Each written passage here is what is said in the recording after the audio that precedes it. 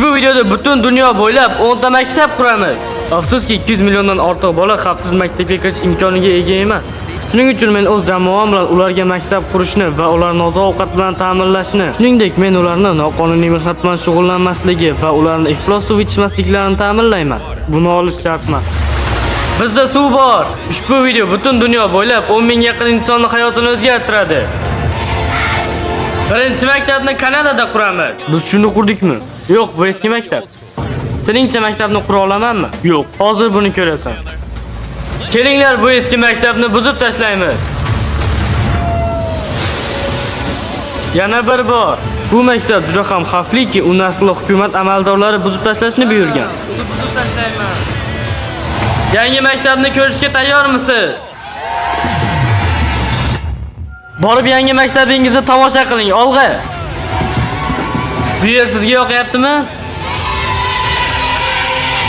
Biz ular uchun piyoda yurish masofasida ularga yangi quduq quryapmiz. Ular baxtliligidan men xursandman. Ketdik yana maktab qurgani va bu o'quvchilarning yaxshi hayotini boshlanishi.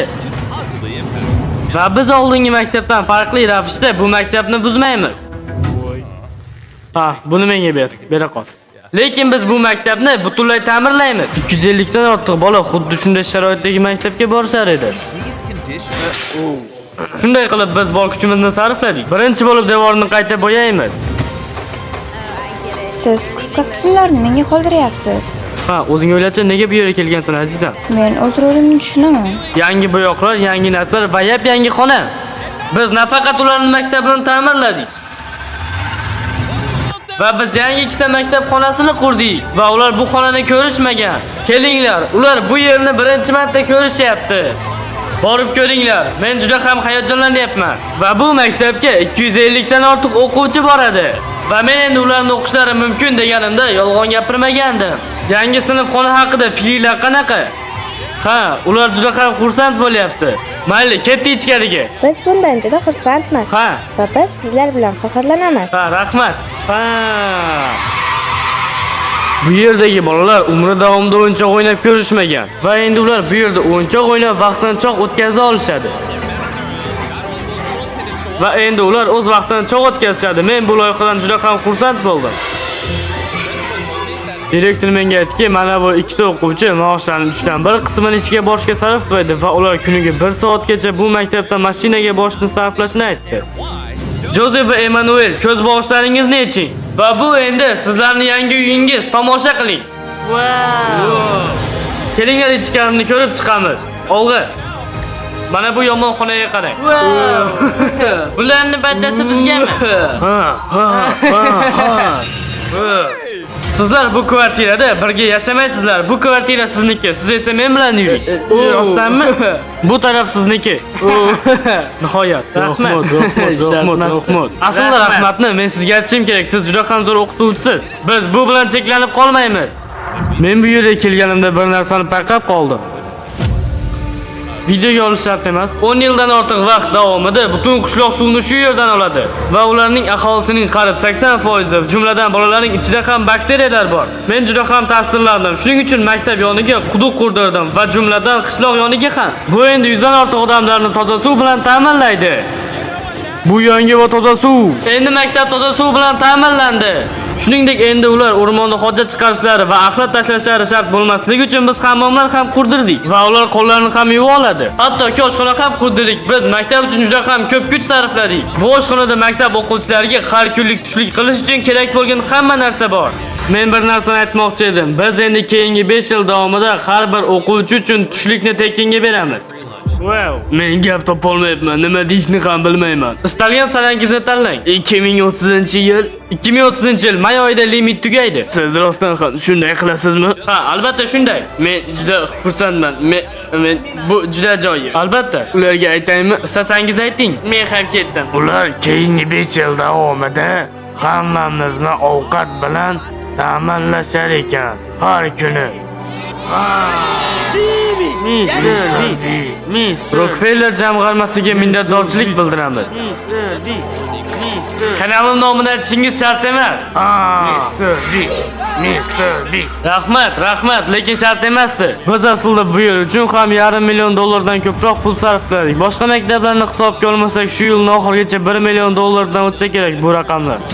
Eng qizig'i shundaki, $1 million faqat shu maktabni va uning atrofidagi jamoani rivojlantirishga yetadi. Bilishingizni istardim-ki, biz qurgan inshootlar o'quvchilar va o'qituvchilarning hayotini yaxshilashga yordam beradi. Va bu juda ham kulgili. Biz juda ham ko'p inshootlar qurganimiz uchun ular meni aslida rivojlanish bo'yicha boshlig'i etib tayinlashdi. Ben aytdingmi bajarasan. Sizlar juda ham ko'p narsa qildinglar, lekin bu shart emasdi. Rahmat. Bu bizning keyingi maktabimiz. Iltimos hamma xonadan chiqib tursin va ko'rishingiz mumkinki, bu maktabning yoshi mendan ham kattaroq. Va ko'rib turganingizdek, bu yerdagi tom ular dars o'tayotgan payt qulab tushishi mumkin. Ular har kuni shu yerda dars o'tadi. Bu esa mumkin emas.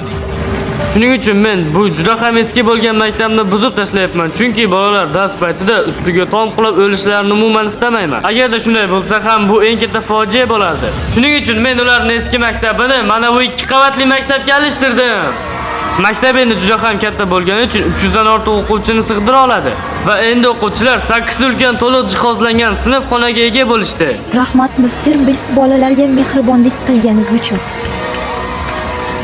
Biz yangi qurilgan 2 qavatli maktabning yonida quyosh panellari bilan ishlaydigan quduq va suv omborini qurdik. Bu suv nafaqat maktab uchun emas, balki shu atrofda jamoa bo'lib yashovchi mingdan ortiq odamlar uchundir ham. Men bu yerga maktab qurish yoki katakchilarni belgilash uchun emas, odamlarning hayotini o'zgartirish uchun keldim. Bolalarni xavfsiz maktab bilan ta'minlash ularning noqonuniy bolalar mehnatiga majbur emasliklarini anglatadi. Festival sezon fermerlarga munosib maosh to'laydi va bolalar mehnatini bartaraf etish uchun kurashadi. Va shuning uchun men Gana bolalari uchun 11 ta turli jamoadagi maktablarni qurdirdim. Rahmat. Lekin bolalarning mehnati biz hal qilayotgan yagona muammo emas. Keyingi maktab juda ham eskirganki, bu yerda o'quvchilar ta'lim olishi imkonsiz. Ularning sinf xonalari shunaqa. Yomg'ir yog'sa suv toshadi. To'xtammi? Ha, keyin suv kiradi va bu yer loyqalanadi. Shunday qilib bizning jamoa bir necha oy ichida ularga noldan boshlab butunlay yangi maktab qurib berdi. 7 ta xonadan oxirgisi tayyor bo'ldi. Endi esa bolalarga ko'rsatamiz. Kela qolinglar. Men hazillashmayapman. Ular bu maktabni umuman ko'rishmagan. Bu esa birinchisi bo'ladi. O'ylashimchilar sinf xona uchun xursand bo'lishyapti. Ularga yangi maktab juda ham yoqadi. Shuning uchun biz bu videoni olyapmiz.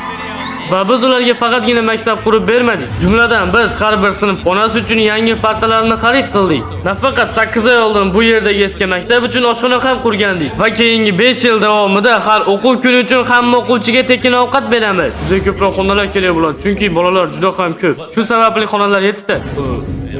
Albatta bu to'g'ri, ha. Keyingi maktabga ketdik. Bu biz aslida 1 yil oldin tashkil etgan maktab ovqatlanish dasturi va mana 1 yildan keyin ham maktab tushlik dasturi hali ham amal qilyapti. Har bir o'quv kuni uchun bolalar bepul maktab tushligini olishadi. Bizning bu dasturimiz orqali maktabga borish 10% ga oshdi va u yana ko'tarilyapti. Va men bu sinf xonani ko'rganimda bu yerni ta'mirlash kerakligini angladim. Shu sababli biz ularni yangi maktab bilan bog'ladik va biz o'quvchilarga shunchaki bitta sinf xonasini qurmadik. Endi ularda xona bitta emas. 2 dona ham emas. 3 dona ham emas. Biz ularga 10 ta sinf xonasini qurib berdik, lekin bu 10 ta xona bizga bittalikka yuradi. Demak, biz bitta maktab qurdik. Ketdik bolalarga ko'rsatgani. Yangi sinf xonangizni ko'rishga tayyormisiz? Unda ortimdan. Ortimdan yuring. Ularga qarang, qanchalik xursand bo'lishyapti. Yangi sinf xona. Yangi sinf xona. Ular meni qo'limdan ushlab olishdi. Kira qolinglar. Agarda biz hozir ularga yangi sinf xona qurib bermaganimizda, ular o'zlarining eski sinf xonalariga qo'rquv bilan borishardi. Biz yangi qurgan sinf xonalar xavfsiz ekanligidan juda ham xursandman. Sizlarga yangi sinf xona yoqdimi? Ular juda ham xursand. Sizlar shu maktabda qolishingiz mumkin. Men buni sizlar uchun qurdim. Lekin haligacha hattoki maktabi yo'q bo'lgan o'quvchilar ham bor. Va biz bu shahardagi ilk o'rta maktabni qurib beramiz. Bu butun shaharda bitta maktab bor, ya'ni maktabgacha bo'lgan ta'lim ham shu yerda o'tiladi, maktabdagi darsliklar ham shu yerda. Ularning direktori o'z mashinasida ish qiladi. Shuning uchun biz ularga yangi maktab qurib beramiz. Va biz ishni devor qurishdan va uni bir-biriga mahkamlashdan boshlaymiz. Men devorlar bunaqa quriladi deb o'ylamagandim. Men buni mahkamlash uchun mix kerak deb o'ylagandim. Xo'sh, bitta devor pastda, ikkinchisi esa bizda. Olg'a yigitlar, uddalaymiz. Mana 3-devor. Bu maktab juda ham tez rivojlanyapti. Xo'sh, rejamiz biz hali ham bitta qurganimiz yo'q. Inshaalloh mening maktab zo'r chiqadi. Kelinglar endi tomni o'rnatamiz. 50 nafar ko'ngilli maktab o'quvchisi bilan biz tomni uchirib tashlaymiz. Ba'zilar buni tomni ko'tarish deb ataydi. Mayli, sen aytganing bo'la qolsin. Rahmat. Uni ko'taramiz. Yaxshi. Men unga tegmayapman. Nolanning bo'yi yetmayapti. Ha, ajoyib. Endi bizda tomning yarmi bor. Endi esa keyingi yarmini qo'yishimiz kerak. Biz xuddi urushdagi jangchilarga o'xshaymiz. Yo xudoyim. Bu juda ham og'ir ekan, lekin biz uddaladik. Ushbu yangi avlod qurilish materiali beton bilan to'ldiriladi va juda ham mustahkam qiladi. Shunda u bir necha avlodga yetadi. Bolalar devorni beton bilan mustahkamlashayotganda men maktabning eng muhim qismi uchun yana bir syurprizga duch keldim. Aytishlaricha, siz bu maktabning direktorsiz va eshitganimga qaraganda so'nggi 10 yil ichida siz mashinangizda ishlab kelgansiz. Ha, men ofisim yo'qligi uchun shuncha yil mashinada ishlab kelganman. Shunday qilib biz yangi qurilayotgan maktabning yonida ofis qurdik. Bu sizning yangi ofisingiz. Rahmat. Sen meni yig'latmoqchisan. Rahmat senga, Jim. Hammasi joyida. Sizda endi yangi ofis va yangi maktab bor. Endi siz mashinada ishlamaysiz. Lekin bu maktabning oxirgi sovg'asiz to'liq deb hisoblash mumkin emas. Biz sizlarga futbol maydonchasini qurdik. Buni amalga oshirishda bizga yordam bergani uchun televiziya jamg'armasiga minnatdorchilik bildiraman. Endi esa borib maktablar quramiz. Va biz bu joyda maktab qurishimiz shart. Ekvator chizig'i bo'ylab hammasi. Tasavvur qiling, o'rmonchilar shunchalik uzoqda yashayapsizki, faqatgina o'zingizga o'zingiz yordam berasiz. Bu yerdagi ikkita maktabda shunaqa va tropik o'rmonda samolyot qo'nishi uchun joy yo'q bo'lgani uchun bu yerga borish uchun biz qo'limizdan kelgan barcha ishni qilyapmiz. Biz bu yerga samolyotda borishimiz kerak edi. Endi biz 3 soatlik qayiq safaridamiz va biz 1,5 soatda yo'lga chiqamiz. Va biz bu yerga yetib kelganimizda yomg'ir bu bolalarning o'rganishiga qanday to'sqinlik qilishini bilib oldik. Yomg'irda dars bera olmayman, bu imkonsiz. Ting tomlari, bu yerda ovoz eshitib bo'lmaydi. O'quvchilar bunday sharoitda hech narsani o'rgana olmaydi. Suv sathi qanchagacha ko'tariladi? Kuzgacha. O'rgatishni unuting, bu xavfli-ku. Shunday qilib biz eski ob-havoga chidamsiz bo'lgan maktablarni ob-havoga chidamli bo'lgan maktablarga alishtirishga muvaffaq bo'ldik. Endi 50 dan ortiq bola yaxshiroq sharoitlarda maktabga qaytishi mumkin bo'ladi. Sizlar baxtlimisiz? Ushbu maktablar umr bo'yi ta'lim beradigan yuzlab o'quvchilarni kutib olish uchun ochiq va biz ularning xavfli yog'och ko'prigini ancha xavfsizroq metal ko'prik bilan alishtirdik. Endi ular maktabga borayotganda qo'rqishlari shart emas va biz bu yerdagi bolalar uchun o'yingoh ham qurib berdik va biz boshqalarga yana yordam berish uchun Amerika Qo'shma Shtatlariga bordik. Umid Grek akademiyasi neyrodivergent ehtiyojlarga ega bo'lgan talabalar uchun maktab. Biz ularni muvaffaqiyatga erishishi uchun turli xil imkoniyatlar yaratishga tayyormiz. Yaxshimisizlar? Yaxshi. Va bu yerdagi o'quvchilar uchun o'rganish eng qulay joy sinfxonada emas, balki tashqarida. Ma'lumotlar shuni ko'rsatdiki, neyrodivergent bolalar xonada birga siqilgan holda emas, balki tashqarida yaxshiroq o'rganishadi. Shuning uchun men bolalarga mukammal o'quv markazi yaratish uchun Loves bilan hamkorlik qildim. Qizil kiyim kiygan hamma insonlar Loves uchun ishlaydi. Bu bolalarga o'rganish va muvaffaqiyatga erishish uchun o'z vaqtida ko'ngilli bo'lib ishlaydi. Bu yerni qurish bolalarga qanday yordam beradi? Bu ularda oldin bo'lmagan tabiatga chiqish imkonini beradi. Shunday qilib bu o'yingoh dunyoviy versiyaga o'xshaydi. Ha, Avvalgi videoda biz Loves bilan 10 million kvadrat fut maydonga ta'sir ko'rsatganmiz. Va biz Telegramda Drago TV botini yaratdik. Men hozir u haqida sizlarga aytib beraman. U bot orqali siz kino, serial, multfilm tomosha qilishingiz mumkin va hattoki komiks ham o'qiy olasiz. Uzr, men adashib ketdim. Atayin shunday qildim.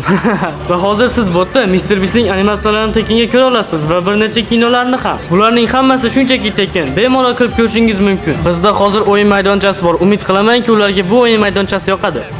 Agarda siz bizning Drago TV botimizdan foydalanmoqchi bo'lsangiz, ekrandagi QR kodni skaner qiling. Va bizning jamoa o'yingohga yakuniy bezaklarni qo'yib bo'lgandan so'ng biz bolalarni sinfxonalaridan olib chiqdik. O'ylaymanki, bu yer juda ham bolalarga yoqadi. ajoyib. Va endi ular bu o'yingoh bilan xuddi tabiatda yurgandek bo'ladi. Rahmat Mr. Beast. Ajoyib Mr. Beast. Va biz oxirgi maktabni qurish uchun Hindistonga bordik. Hindistonda yuzlab ishtiyoqli o'quvchilar bor, lekin ularga o'qish uchun joy yetarli bo'lmagan. Bizda sinfxona yo'q. Sizlarda turist o'quvchi bor ekan, sinfxonalar qancha? Jami 6 ta. Nima? 6 ta? Wow. Shunday qilib biz ularga yangi 3 etaj bo'lgan maktabni qurib berdik.